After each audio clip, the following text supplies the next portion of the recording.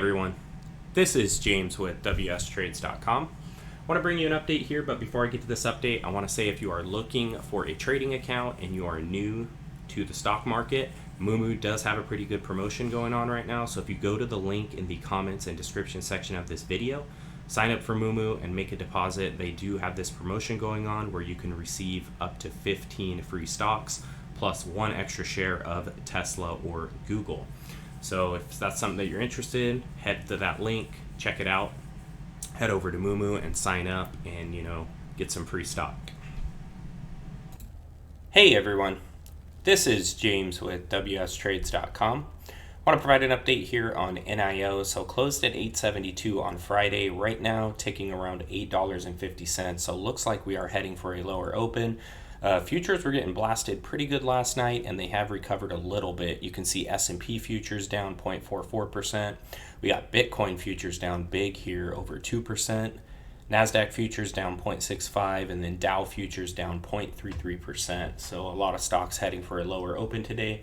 And just kind of looking at the daily time frame here on NIO, I do want to talk about a few key levels on the chart. So to the downside here on the daily time frame, you can see that they bounced pretty nicely here off about the $8 mark. So that's holding as support right now.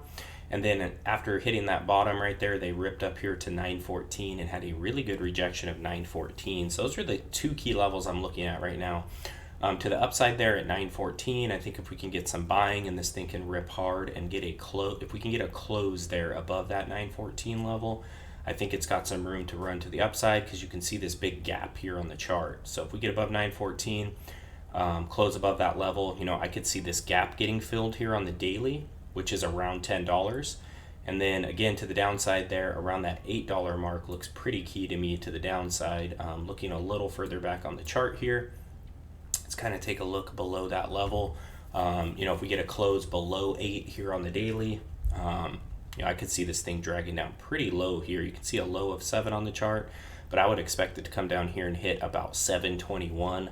So those are a couple key levels there. I was looking through their press releases and I didn't really see anything new. I was looking through their SEC filings, and the latest thing they had was just the update on production and vehicle deliveries. So NIO delivered 15,641 vehicles in September of 2023, which is a 43% increase year over year. So that's a pretty big bump there. And then NIO delivered 55,432 vehicles in the 3 months ended September 2023, which is even a bigger increase here of 75.4% year over year. Cumulative deliveries of NIO vehicles reached 399,549 as of September 30th, 2023. So they are getting really good bumps here and increases in vehicle deliveries, no doubt. Rivian is set to deliver like 52,000 for the entire year. And NIO pumped that out more than that in 3 months? The 3 months ended September of this year. So NIO is definitely getting some nice increases here in production. Their problem, like a lot of these EV startups, has just been efficiency. Just like Rivian, they're bleeding billions of dollars. Just like Lucid, they're bleeding billions of dollars. If we come in here to Yahoo Finance, you can see the financials are just really, really rough. Profit margin, negative 43%. Last 12 months, the operating margin, negative 44%. Return on assets, negative 15%. Return on equity is pretty brutal at negative 77%. You can see they have $48.5 billion in revenue the last 12 months here on the income statement. The quarterly revenue growth is down year over year, 14.8%. We got EBITDA at negative 18.61 billion, which is pretty brutal. And diluted EPS, they've lost $1.78 a share here the last 12 months. If we look at the balance sheet section here, you can see they do have a hefty amount of cash on hand here at $27.85 billion, and their current ratio is okay at 1. And book value per share right now is $8.66. So if you kind of look at the book value, they are trading below that based on the most recent quarter. And the cash flow section statement here is pretty horrendous. Last 12 months losing $14.11 billion. And then for levered free cash flow, last 12 months, losing $12 billion. So, similar to Lucid, similar to Rivian here, they're just bleeding billions and billions of dollars, but they are ramping up production and deliveries. So they just have to get more efficient, much like Rivian. They just have to get more efficient. I mean, that's their goal right now. because they're increasing deliveries nicely, they're increasing production nicely. They just have to get more efficient and work towards a break even on earnings, because right now they are extremely far from that. If we come in here and look at the financials in Yahoo Finance, let's actually take a look at that income statement, and let's look at the yearly first. So yeah, net income common stockholders, this is much worse than Rivian. I think Rivian in the last 12 months has only lost about $5 billion, which I mean is pretty horrendous. But if you come in here and look at NIO, geez, the last 12 months for NIO, they've lost almost $21 billion. So that's in, their currency, though that's not US dollars, but still, that's just a massive loss there. They have to get more efficient. If you look at the yearly here, it's just up and down. Like 2019, they lost 11.4 billion. Nice reduction here in 2020 to only losing 5.6 billion, but then it jumps up to losing 10.5 billion.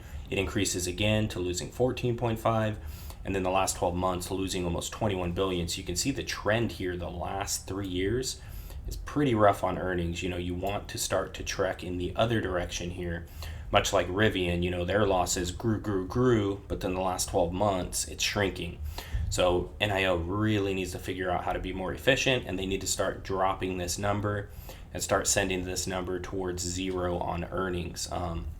So in the short term, just kind of looking at this and how much money they're bleeding, I expect more offerings. I expect more struggles financially. I expect some of those major financial metrics that we see here in Yahoo Finance to remain rough for a while. So I expect some more offerings. I expect them to continue to bleed billions and billions of dollars. But hopefully they can, increase efficiency and start to spin this earnings number in the other direction. Let's come down from losing 21 billion. Let's start to decrease that, and let's make that more consistent. Because right now, the last 3 years, those earnings are just going the wrong way in a big way. But I'll continue to keep you updated here on NIO. Please like this video. Please also subscribe to the channel if you're not subscribed. Hit that notification bell. Appreciate you for taking the time to watch this. Talk to you soon.